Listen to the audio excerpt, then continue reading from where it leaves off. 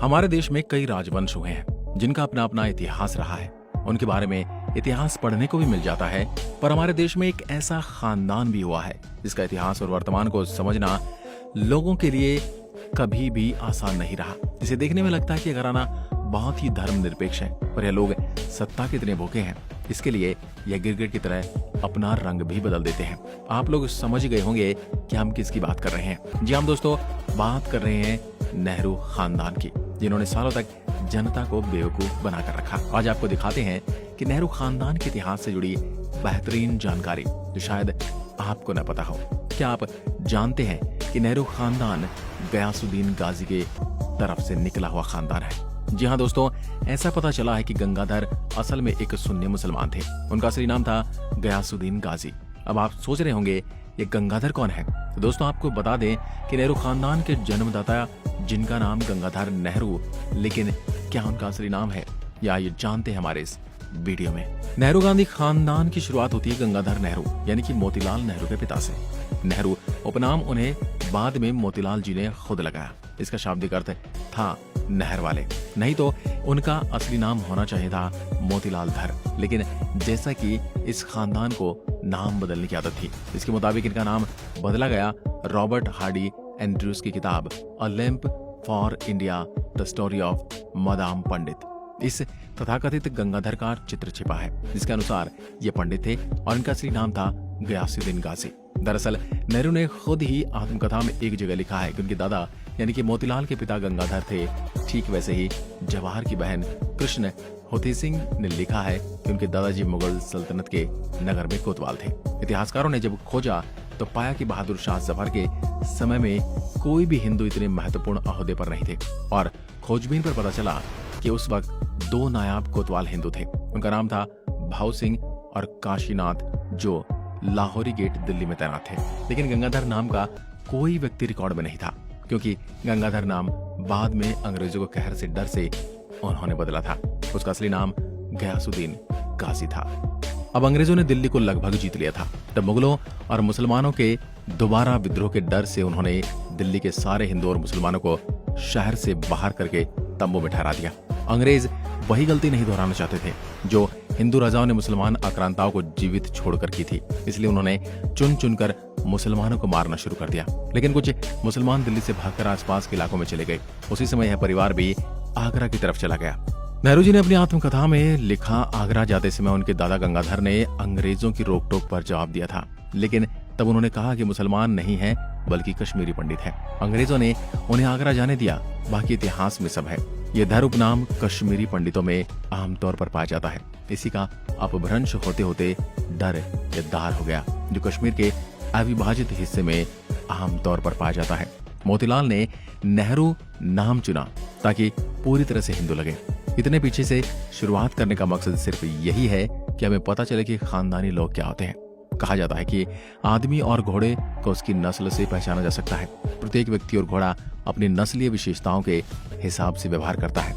जी हाँ दोस्तों, संस्कार उसमें थोड़ा बदलाव लाता है, लेकिन मूल स्वभाव आसानी से नहीं बदलता। अपनी पुस्तक द नेहरू डायनेस्टी में लेखक एन राव लिखते हैं कि जवाहरलाल नेहरू मोतीलाल नेहरू के पुत्र थे। मोतीलाल के पिता का नाम गंगाधर, यह तो हम जानते हैं, लेकिन जवाहरलाल की एक पुत्री थी इंदिरा प्रियदर्शनी नेहरू। कमला नेहरू उनकी माता, जिनकी मृत्यु स्विट्जरलैंड में टीबी से हो गई थी।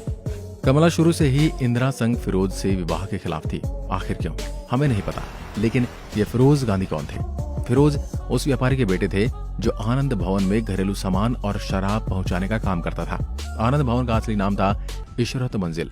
उसके मालिक थे मुबारक अली। मोतीलाल नेहरू पहले इन्हीं मुबारक अली के यहाँ काम करते थे। खैर, हम में से सभी जानते कि राजीव गांधी के नाना का नाम था जवाहरलाल नेहरू, लेकिन प्रत्येक व्यक्ति के नाना के साथ ही दादा भी होते हैं। अधिकतर परिवारों में दादा और पिता का नाम महत्वपूर्ण होता है, बजाय नाना या मामा के। तो फिर राजीव गांधी के दादाजी का क्या नाम था, आपको मालूम है? नहीं।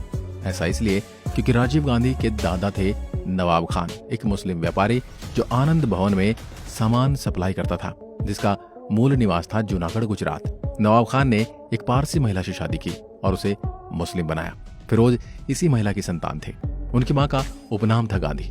गांधी नाम पारसियों में अक्सर पाया जाता है। विवाह से पहले फिरोज गांधी न होकर फिरोज खान थे।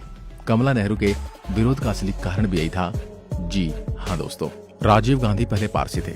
यह मात्र एक भ्रम पैदा किया गया है। इंदिरा गांधी अकेलेपन और अवसाद का शिकार थी। शांति निकेतन में पढ़ाते समय रविंद्रनाथ टैगोर ने उन्हें अनुचित व्यवहार के लिए बाहर निकाल दिया था। अब आप खुद ही सोचिए, एक लड़की जो सिर्फ 15-16 साल की है, जिसके पिता राजनीति में पूरी तरह से व्यस्त हैं और माँ मृत्युशैया पर पड़ी है, थोड़ी सी सहानुभूति मात्र से क्यों न पिघलेगी और दूसरी तरफ क्यों न आकर्षित होगी। इसी बात का फायदा फिरोज खान ने उठाया और इंदिरा को बहला फुसलाकर उसका धर्म परिवर्तन करवाकर लंदन की एक मस्जिद में उसकी शादी कर ली। नाम बदल दिया गया मैमुना बेगम। जब नेहरू को पता चला तो वह बहुत लाल पीले हो गए, लेकिन अब क्या किया जा सकता था। अब यह खबर मोहनदास करमचंद गांधी को मिली तो उन्होंने नेहरू को बुलाकर समझाया, राजनीतिक छवि की खातिर फिरोज को बनाया कि वह अपना नाम गांधी रख ले। यह एक आसान काम था कि धर्म बदलने की बजाय सिर्फ नाम बदला जाए, तो फिरोज खान बन गए फिरोज गांधी। तो दोस्तों, सत्य का जप करने वाले और सत्य के साथ प्रयोग लिखने वाले गांधी ने इस बात का उल्लेख आज तक कभी नहीं किया और फिर भी वह महात्मा कहलाए। खैर, फिरोज और इंदिरा को भारत बुलाकर जनता के सामने दिखावे के लिए एक बार फिर से शादी कराई गई ताकि उनकी ऊंची नाक का भ्रम बना रहे।